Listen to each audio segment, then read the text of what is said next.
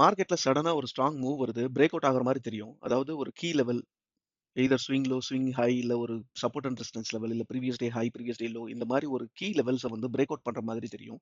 இல்ல அந்த லெவல்ல இருந்து பிரைஸ் வந்து ரிவர்சல் ஆகுற மாரி தெரியும். எய்தர் பியரிஷ் ஆர் புல்லிஷ் அந்த மாதிரி வந்து ரிவர்ஸ் ஆகுற மாரி தெரியும்.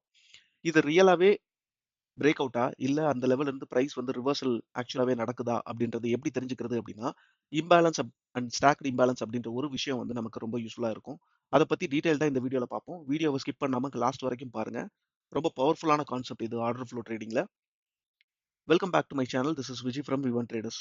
சேனல் சப்ஸ்கிரைப் பண்ணி வச்சுக்கோங்க. பிகாஸ் நெறைய பேர் வீடியோ பார்க்குறீங்க. பட் சேனல் சப்ஸ்கிரைப் பண்ணாம பார்க்குறீங்க. இதே மாதிரி ஆர்டர் ஃப்ளோ ரிலேட்டடான இன்ஃபர்மேஷன்ஸ் எல்லாமே வந்து உங்களுக்கு என்னோட சேனல்ல வந்து ரிலீஸ் ஆகும். ஸோ உங்களுக்கு யூஸ்ஃபுல்லாவும் இருக்கும் டெஃபினட்டா. ஸோ இப்போ வந்து பார்த்தீங்கன்னா, நம்ம இந்த வீடியோல பார்க்க போறோம் ஆர்டர் ஃப்ளோல ஒரு ரொம்ப முக்கியமான ஒரு கான்செப்ட். அதாவது இம்பேலன்ஸ் அண்ட் ஸ்டாக்டு இம்பேலன்ஸ் அப்படின்ற ஒரு விஷயம். இந்த இம்பேலன்ஸ் அண்ட் ஸ்டாக்டு இம்பேலன்ஸ புரிஞ்சுக்கிட்டா மார்க்கெட்ல யார் கண்ட்ரோல் பண்றாங்க? அதாவது பிரைஸ வந்து அக்ரெசிவ் பையர்ஸ் கண்ட்ரோல் பண்றாங்களா? இல்ல அக்ரெசிவ் செல்லர்ஸ்? அதாவது பையர்ஸ் கண்ட்ரோல் பண்றாங்களா? செல்லர்ஸ் கண்ட்ரோல் பண்றாங்களான்றத ஈஸியா கண்டுபிடிக்க முடியும். பையர்ஸ் கண்ட்ரோல் பண்றாங்க அப்படின்னா, நம்ம வந்து பை சைட்ல என்ட்ரி எடுக்கவும், செல் சைடுல வந்து செல்லர்ஸ் கண்ட்ரோல் பண்றாங்கன்னா, நம்ம என்ட்ரி எடுக்கிறதுக்கும் இது வந்து ரொம்ப யூஸ்ஃபுல்லா இருக்கும். இப்போ நம்ம இம்பேலன்ஸ் அப்படின்னா என்னன்னு பார்ப்போம். ஸோ இம்பேலன்ஸ் அப்படின்றத பார்க்கறதுக்கு முன்னாடி பிரைஸுக்கும், வால்யூமுக்கும் என்ன ரிலேஷன்ஷிப் அப்படின்றத வந்து இதுக்கு முன்னாடி ஒரு வீடியோல வந்து நம்ம வந்து எக்ஸ்பிளைன் பண்ணியிருப்போம். அது தெரியல அப்படின்னா, அது பார்க்கல அப்படின்னா போய் பார்த்துட்டு வாங்க. அதே மாதிரி டெல்டா அப்படின்ற ஒரு விஷயமும் நம்ம வந்து வீடியோல பப்ளிஷ் பண்ணியிருப்போம். அதையும் பார்த்துட்டு வாங்க. ஸோ இந்த 2யும் நம்ம பார்க்கும்போது உங்களுக்கு ஈஸியா புரியும். இம்பேலன்ஸ் அப்படின்றத வந்து புரிஞ்சுக்கிறது ஈஸியா இருக்கும். ஸோ இம்பேலன்ஸ் அப்படின்னா, பையர்ஸுக்கும், செல்லர்ஸுக்கும் இருக்கிற டிஃபரன்ஸ்ல யாரு டாமினேட் பண்றாங்க அப்படின்றத வந்து ஐடென்டிஃபை பண்றது தான் இம்பேலன்ஸ். அதாவது பேலன்ஸ்டு மார்க்கெட், இம்பேலன்ஸ்டு மார்க்கெட் அப்படின்னு சொல்லி இருக்கு. பேலன்ஸ்டு மார்க்கெட் அப்படின்னா, பையரும், செல்லரும் ஈக்குவல் ஸ்ட்ரென்த்ல இருந்தாங்க. அதாவது ஈக்குவலா ஆர்டர்ஸ் வந்து டிரான்சாக்ட் பண்ணிக்கிறாங்க அப்படின்னா, அது வந்து balanced market. Say for example, buyers வந்து ஒரு பையர் வந்து ஒரு 1000 குவான்டிட்டிக்கு வந்து ஆர்டர் பிளேஸ் பண்றாரு. ஒரு பிரைஸ்ல. சே ஃபார் எக்ஸாம்பிள் ஒரு ₹100ல வந்து பையர் வந்து பை ஆர்டர் போடுறாரு. அதே சேம் பிரைஸ்ல செல்லர் வந்து அதே 1000 குவான்டிட்டிக்கு ஆர்டர் பிளேஸ் பண்றாரு அப்படின்னா, அதே ₹100ல இது ஜஸ்ட் டிரான்சாக்ஷன் மட்டும் தான் ஆகுது. அதாவது செல்லரோட குவான்டிட்டி வந்து பையர் கிட்ட வருது. அப்போ பிரைஸ்ல ஏதாவது மூவ்மெண்ட் இருக்குமா அப்படின்னா, பிரைஸ்ல எந்த ஒரு மூவ்மெண்ட்டுமே இருக்காது. பிகாஸ் யாராவது ஒருத்தர் டாமினேட் பண்ணா மட்டும் தான் பிரைஸ் வந்து எய்தர் இன்கிரீஸ் ஆகுறதோ ஆர் டிக்ரீஸ் ஆகுறதோ. அதாவது பையர்ஸ் வந்து டாமினேட் பண்றாங்க செல்லர்ஸ. அதாவது பையர்ஸ் வந்து செல் ஆர்டர விட செல்லர்ஸோட குவான்டிட்டிய விட பையர் வந்து அக்ரெசிவா பை பண்றாங்க அப்படின்னா, பிரைஸ் மேல போகும். செல்லர்ஸ் வந்து பையர்ஸ விட ஜாஸ்தியா இருக்காங்க அப்படிங்கும்போது பிரைஸ் கீழ வரும். இவ்வளவுதான் சிம்பிளா சொல்லணும். இதத்தான் நம்ம வந்து இம்பேலன்ஸ்ன்னு சொல்றோம். பேலன்ஸ்ட் மார்க்கெட் அப்படின்னா, ஈக்குவல் குவான்டிட்டியா இருந்தது அப்படின்னா பேலன்ஸ்ட் மார்க்கெட். அந்த இடத்த வந்து எந்த ஒரு பிரைஸுமே பிரைஸ்ல எந்த ஒரு சேஞ்சஸுமே நடக்காது. பிரைஸ் மூவ் ஆகாது. பட் இம்பேலன்ஸ்ட் மார்க்கெட் அப்படின்னா மட்டும் தான் பிரைஸ் வந்து ஃபாஸ்ட்டா மூவ் ஆகுறதோ, இல்ல ஃபாஸ்ட்டா அப் ட்ரெண்ட் போறதோ, இல்ல டவுன் ட்ரெண்ட் போறதோ நடக்கும். இத ஒரு கேண்டில் ஸ்டிக்ஸ்ல நம்ம எப்படி பார்க்குறது அப்படின்னா, இப்ப இந்த லெஃப்ட் ஹேண்ட் சைட்ல பாருங்க நமக்கு கேண்டில் ஸ்டிக்ஸ் இருக்கு. ஸோ அந்த கேண்டில் ஸ்டிக்ஸ்க்கு ரைட் சைட்ல இருக்கிறது எல்லாமே வந்து பை ஆர்டர்ஸ். லெஃப்ட் சைட்ல இருக்கிறது எல்லாமே வந்து செல் ஆர்டர்ஸ்.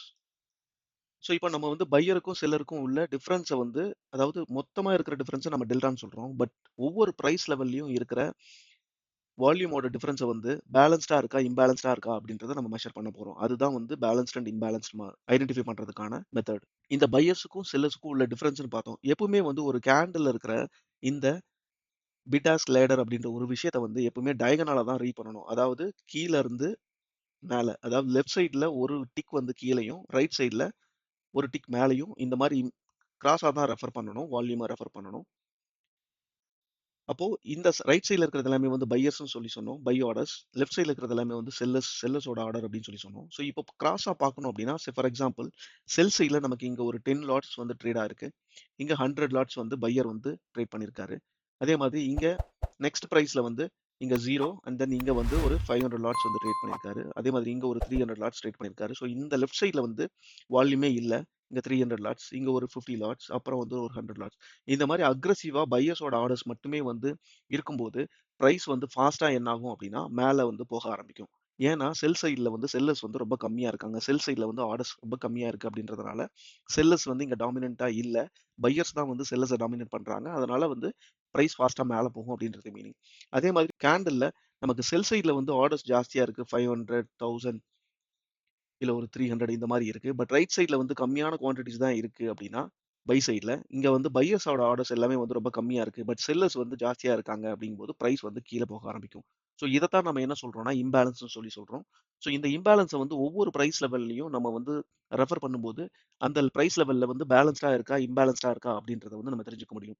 அதாவது பையர்ஸுக்கும் செல்லர்ஸுக்கும் இருக்கிற டிஃபரன்ஸை வந்து நம்ம கம்பேர் பண்ணும்போது பையர்ஸ் அதிகமா இருந்தாங்கன்னா அது பையிங் இம்பேலன்ஸ்னு சொல்லி சொல்லுவோம். செல்லர்ஸ் ஜாஸ்தியா இருந்தாங்கன்னா அது செல்லிங் இம்பேலன்ஸ் அப்படின்னு சொல்லி சொல்லுவோம். இவ்வளவுதான் சிம்பிளா சொல்லணும்னா. ஸோ இப்போ இம்பேலன்ஸ்னா என்னன்னு பார்த்தோம். பையர்ஸ் அண்ட் செல்லர்ஸோட டிஃபரன்ஸ் அது வந்து யார் டாமினேட் பண்றாங்களோ அதை வந்து இம்பேலன்ஸ்னு சொல்லி சொல்றோம். இப்போ பையர்ஸ் வந்து அக்ரெசிவா மார்க்கெட் ஆர்டர் போட்டே வர்றாங்க அப்படின்னா இப்போ ஒரு சைட்ல ஒரு கேண்டில்ல பையர்ஸ் மட்டுமே ஆர்டர் வந்து பஞ்சின் பண்ணிட்டே வந்துட்டு இருக்காங்க அப்படின்னா அக்ரெசிவா பை பண்ணிட்டே இருக்காங்க அப்படின்னா பிரைஸ் வந்து என்ன பண்ணும் மேலே போக ஆரம்பிக்கும். அக்ரெசிவா அதாவது ஃபாஸ்டா மூவ் ஆகும். இல்ல செல் சைட்ல வந்து அக்ரெசிவா செல்லர்ஸ் வந்து ஆர்டர் போடுறாங்க அப்படிங்கும்போது நமக்கு வந்து பிரைஸ் வந்து கீழ போக ஆரம்பிக்கும். மீனிங் என்ன அப்படின்னா, இந்த இதுல செல்லர்ஸ் வந்து டாமினன்ட்டா இருக்காங்க. ஸோ இங்க வந்து பையர்ஸ் வந்து டாமினன்ட்டா இருக்காங்க அப்படின்றது மீனிங். ஸோ இதத்தான் நம்ம முன்னாடி பார்த்தோம். இத ஒரு கேண்டில்ல வந்து நம்ம எப்படி ஈஸியா ஐடென்டிஃபை பண்றது அப்படின்னு பார்த்தீங்கன்னா, ஸோ இந்த கேண்டில்ல வந்து இந்த ஆரஞ்ச் கலர்ல மார்க் பண்ணியிருக்கிறது எல்லாமே வந்து நமக்கு இம்பேலன்ஸஸ். மீனிங் என்னன்னா, நம்ம வந்து டயகனலா பார்க்கணும். இத வந்து ரெஃபர் பண்ணணும் அப்படின்னு சொல்லி பார்த்தோம் இல்லையா? அப்ப இந்த இடத்த பாருங்க. இந்த கேண்டில்ல இந்த இடத்த பாருங்க. 133 அண்ட் கிராஸா பார்க்கணும் அப்படின்னா 133யும் 133 அண்ட் 30 இந்த ரெண்டையும் கம்பேர் பண்ணணும். அப்போ 30ங்கிறது அக்ரெசிவ் பையர்ஸோட ஆர்டர். 133 133 அப்படிங்கிறது வந்து பார்த்தீங்கன்னா அக்ரெசிவ் செல் ஆர்டர். இங்க வந்து யார் அதிகமா இருக்காங்க அப்படின்னு பார்த்தீங்கன்னா அக்ரெசிவ் செல்லர்ஸ் வந்து டாமினேட் பண்றாங்க பையரோட குவான்டிட்டியை விட. பையரோட குவான்டிட்டி ஒன்லி 30 தான் இருக்கு. பட் அக்ரெசிவ் செல்லர்ஸோட குவான்டிட்டி 133 இருக்கு. அதே மாதிரி இங்க பார்த்தீங்க அப்படின்னு சொன்னா 81 மேல 16 இருக்கு. 16 விட 81 பெருசு. ஸோ அதாவது செல்லர்ஸ் வந்து அக்ரெசிவா இருக்காங்க. ஸோ இங்க பார்க்கும்போது 195 மேல பார்க்கும்போது 42. ஸோ 42 விட 195 வந்து பெருசா இருக்கு. ஸோ இது வந்து நம்ம இம்பேலன்ஸ்னு சொல்லி சொல்றோம். இது ஏன் இத மட்டும் நீங்க இம்பேலன்ஸா சொல்றீங்க? இங்கேயும் வந்து 31 இருக்கு, இங்க 7 இருக்கு. அதே மாதிரி 57 இருக்கு, இங்க 38 இருக்கு. ஸோ இதையெல்லாம் ஏன் நம்ம வந்து இம்பேலன்ஸ்னு சொல்றது இல்ல அப்படின்னா, இந்த இம்பேலன்ஸ கண்டுபிடிக்கிறதுக்கு நம்ம ஒரு ரேஷியோ வந்து வச்சிருக்கோம். அதாவது எய்தர் பையர விடவோ, செல்லர விடவோ, அதாவது பையர விட செல்லரோ, இல்ல செல்லர விட பையரோ 3 times or 4 times or 5 times வந்து அந்த ரேஷியோ வந்து ஜாஸ்தியா இருந்தா தான் நம்ம வந்து என்ன சொல்றோம்னா, அது இம்பேலன்ஸ்ன்னு சொல்றோம். சே ஃபார் எக்ஸாம்பிள் பையர் வந்து 10 குவான்டிட்டி போட்டிருக்காரு. செல்லர் வந்து 40 குவான்டிட்டி வந்து ஆர்டர் பண்றாரு அப்படின்னா, 10 விட 4 டைம்ஸ் வந்து செல்லர்ஸோட ஆர்டர் வந்து அதாவது பை ஆர்டரை விட 4 டைம்ஸ் வந்து செல்லர்ஸோட ஆர்டர் வந்து ஜாஸ்தி. இதுல வந்து 4 டைம்ஸ். அதே மாதிரி பையர் வந்து 20ன்னு போடுறாரு. இங்க வந்து ஒரு 200 அப்படின்னு போடுறாருன்னா, 20 விட 200 பெருசு. அதே மாதிரி இது 10 டைம்ஸ் வந்து ஜாஸ்தி. அதாவது மோர் தென் 3 ஆர் 4 ஆர் 5 டைம்ஸ். அதாவது 5 டைம்ஸை விட மேல போகுது அப்படிங்கும்போது இது இம்பேலன்ஸ். அதே மாதிரி சப்போஸ் பையர் வந்து 500 குவான்டிட்டி போட்டிருக்காரு. செல்லர் வந்து 100 குவான்டிட்டி தான் வந்து ஆர்டர் போட்டிருக்காரு அப்படிங்கும்போது, பையர் வந்து 500 குவான்டிட்டி. இப்போ இந்த இடத்துல வந்து 5 டைம்ஸ் வந்து பையர் வந்து ஜாஸ்தியா இருக்காரு. அப்போ இது இம்பேலன்ஸ். இத வந்து நம்ம என்ன சொல்லுவோம்? பையர்ஸ் ஜாஸ்தியா இருக்கிறதுனால பையிங் இம்பேலன்ஸ்ன்னு சொல்லுவோம். இங்க செல்லர்ஸ் ஜாஸ்தியா இருக்கிறதுனால இத செல்லிங் இம்பேலன்ஸ்ன்னு சொல்லி சொல்லுவோம். ஸோ அதனால தான் எல்லா இடத்துலயும் நம்ம வந்து இந்த இம்பேலன்ஸ் வந்து மார்க் ஆகாது. ஸோ இத நம்ம வந்து 3 டைம்ஸ் ஆர் 5 டைம்ஸ் அப்படின்ற நம்ம செட்டிங் வந்து நம்மளோட சார்ட்ல வந்து மாத்திக்கும்போது, வைக்கும்போது நமக்கு only 3 times or 4 times or more than 5 times இருக்கிற பிரைஸ் லெவல்ஸ மட்டும் நம்ம இம்பேலன்ஸ் பிரைஸ் லெவல்ஸ் அப்படின்னு சொல்லி கண்டுபிடிப்போம். அத மட்டும் பார்த்தா போதும். ஏன்னா, கம்மியான டிஃபரன்ஸ் இருக்கிறது எல்லாமே வந்து நமக்கு வந்து அவ்ளோ ஸ்ட்ராங்கான இம்பேலன்ஸ் கிடையாது. சே ஃபார் எக்ஸாம்பிள் ஒரு சைட்ல வந்து 10 குவான்டிட்டி இருக்கு. இன்னொரு சைட்ல 9 குவான்டிட்டி இருக்கு அப்படின்னா, அதாவது பை ஆர்டர் வந்து 10 செல் ஆர்டர் 9 அப்படிங்கும்போது, பையர் வந்து பையர் வந்து செல்லர விட 1 குவான்டிட்டி வந்து ஜாஸ்தியா இருக்காங்க. பட் இத நம்ம வந்து இம்பேலன்ஸ் சொல்ல முடியாது. இம்பேலன்ஸ் அப்படின்றது என்னன்னா, இந்த 2 பேத்துக்கான ரேஷியோ 3 டைம்ஸ்க்கு மேல இருந்தா மட்டும் தான் அத வந்து நம்ம இம்பேலன்ஸ்ன்னு சொல்லி கன்சிடர் பண்ணுவோம். அதாவது 9 குவான்டிட்டி செல்லர் இருக்காரு அப்படின்னா, பையரோட குவான்டிட்டி 3 டைம்ஸ் அப்படிங்கும்போது 27க்கு மேல இருக்கும்போது மட்டும் தான் வந்து அது இம்பேலன்ஸா கன்சிடர் ஆகும். பிகாஸ் பையர்ஸ் வந்து டாமினன்ட்டா இருக்காங்க அப்படின்றது.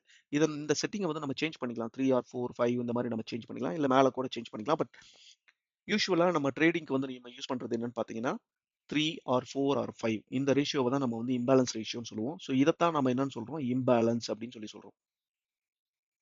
ஓகே.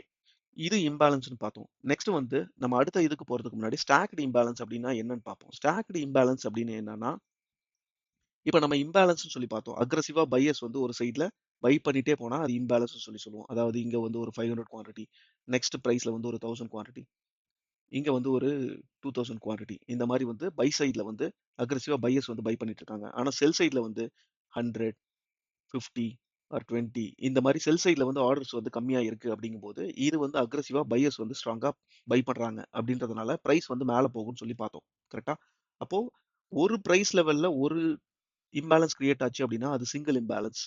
இன்கேஸ் நெக்ஸ்ட் பிரைஸ் லெவல்ல நமக்கு கன்டினியூஸா 3 அதாவது இத வந்து ஒவ்வொரு பிரைஸ் லெவலையும் நம்ம வந்து டிக்ன்னு சொல்லுவோம். இல்ல ஒரு பிளாக்ன்னு சொல்லுவோம். அதாவது இங்க ஒவ்வொரு பிரைஸ் லெவல்லயும் இருக்கிற டிக் ஆர் பாக்ஸ்ல வந்து இருக்கிற வால்யூம வந்து நம்ம வந்து டிக் சைஸ் இல்ல பிளாக்ஸ் அப்படின்னு சொல்லுவோம். ஸோ இந்த பிளாக்ஸ்ல இருக்கிற வால்யூம வந்து 3 பிளாக்ஸ்ல வந்து கன்சிக்யூட்டிவா நமக்கு வந்து அக்ரெசிவ் பையர்ஸ் இருந்தாங்கன்னா, அத வந்து ஸ்டாக்டு இம்பேலன்ஸ் அப்படின்னு சொல்லுவோம். அதாவது 3 பிளாக்ஸ் இல்ல 3 பிளாக்ஸ்க்கு மேல இருக்கிற டிக்ல வந்து நமக்கு கன்டினியூஸா ஒண்ணுக்கு மேல ஒண்ணு வந்து அக்ரெசிவா பையர்ஸ் இருந்தாங்க அப்படின்னா, அக்ரெசிவ் ஸ்டாக்டு இம்பேலன்ஸ்னு சொல்லுவோம். பையிங் ஸ்டாக்டு இம்பேலன்ஸ்னு சொல்லுவோம்.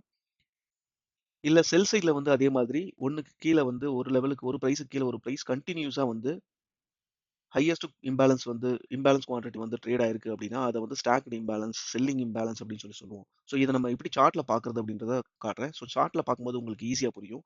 ஸோ இப்ப வந்து இந்த சார்ட்ல பாருங்க, ரீசென்ட்டா நடந்ததையே பார்த்துருவோம். ஸோ இப்ப வந்து பார்த்தீங்கன்னா, இந்த இடத்த வந்து நமக்கு ஒரு பையிங் இம்பேலன்ஸ் கிரியேட் ஆயிருக்கு. அது வந்து நமக்கு சார்ட்ல வந்து நம்ம மார்க் பண்ணி குடுத்துரும். ஸோ பையிங் இம்பேலன்ஸ் 3 பிளாக்ஸ்ல வந்து கன்சிக்யூட்டிவா வந்து நமக்கு வந்தது அப்படின்னா, அது வந்து ஸ்டாக்டு இம்பேலன்ஸ்னு சொல்லுவோம். ஸோ இப்ப அது வந்து ரெஃபர் பண்ணும்போது, sell order 5 quantity, buy order 60 quantity. So இந்த இடத்த என்ன ஆகுது?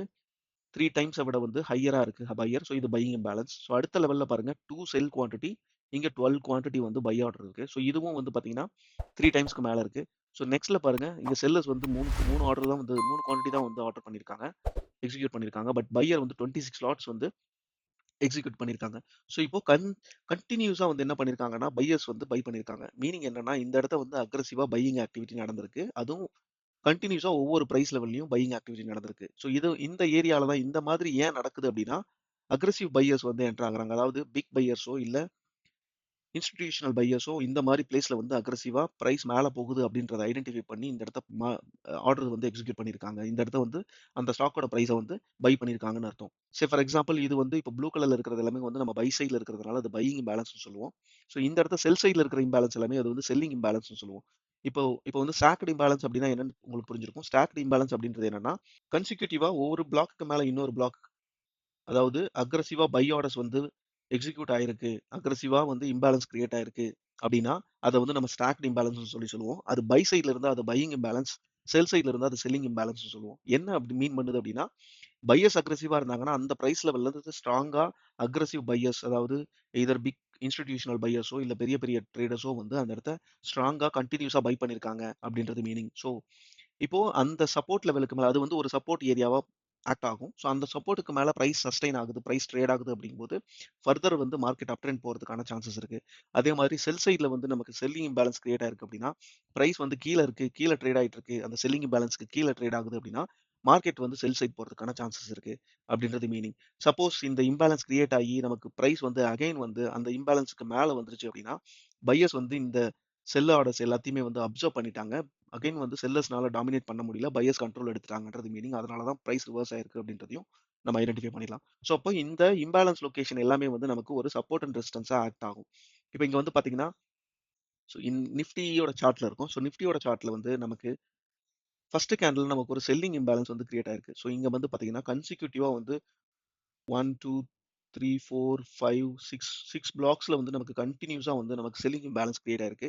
ஸோ அத வந்து இங்க வந்து நம்ம சார்ட்ல வந்து நமக்கு மார்க் பண்ணியும் குடுத்துரும். இது வந்து பாத்தீங்கன்னா, இது செல்லிங் இம்பேலன்ஸ் ஏரியா. இது வந்து செல்லர்ஸோட லொகேஷன் அப்படின்னு சொல்லிட்டு. ஸோ இப்போ பிரைஸும் வந்து நமக்கு கீழ குளோஸ் ஆச்சு. அதுக்கப்புறம் இந்த ஜோன் வந்து நமக்கு ஒரு ரெசிஸ்டன்ஸா ஆக்ட் ஆகுது. அதனால தான் பிரைஸ் இந்த லெவல்ல இருந்து நமக்கு கீழ வந்திருக்கு. பட் அதுக்கப்புறம் என்னாச்சு அப்படின்னா, இந்த இடத்த வந்து செல்லர்ஸ் எல்லாத்தையுமே வந்து பையர்ஸ் அப்சர்வ் பண்ணியிருக்காங்க. ஸோ அதையும் நம்ம வந்து பார்க்கணும். ஸோ இது எல்லாமே வந்து கன்சாலிடேட்டடா இது இது வேற வேற கான்செப்ட் லைக் இதெல்லாம் டெல்டாவெல்லாம் ரெஃபர் பண்ணணும். ஸோ அப்படி ரெஃபர் பண்ணும்போது, நம்ம பிரைஸ் வந்து எப்போ இந்த இம்பேலன்ஸ் ஜோன வந்து பிரேக் பண்ணி மேல போகுதோ, அப்போ வந்து நம்ம ஈஸியா ஐடென்டிஃபை பண்ணிடலாம். மார்க்கெட் வந்து இந்த செல்லர்ஸ் இங்க இருந்த செல்லர்ஸ் எல்லாமே வந்து அந்த மொமெண்டம வந்து லூஸ் பண்ணிட்டாங்க. ஸோ இப்போ வந்து பிரைஸ் வந்து மேல போகுது அப்படின்றது. ஸோ இப்போ இங்க பார்த்தீங்கன்னா, இது வந்து ஒரு ரெசிஸ்டன்ஸா ஆக்ட் ஆகணும். ஃபர்ஸ்ட் பேசிக்கலி இது ஒரு ரெசிஸ்டன்ஸா ஆக்ட் ஆகும். இப்ப அந்த ரெசிஸ்டன்ஸ் வந்து பிரேக் ஆயிடுச்சு அப்படின்னு சொன்னா, அது வந்து சப்போர்ட்டா மாறிடும். ஸோ அதுதான் இங்க நடந்திருக்கு. ஆக்சுவலி வந்து இது வந்து செல்லிங் இம்பேலன்ஸ் இந்த ஜோன்.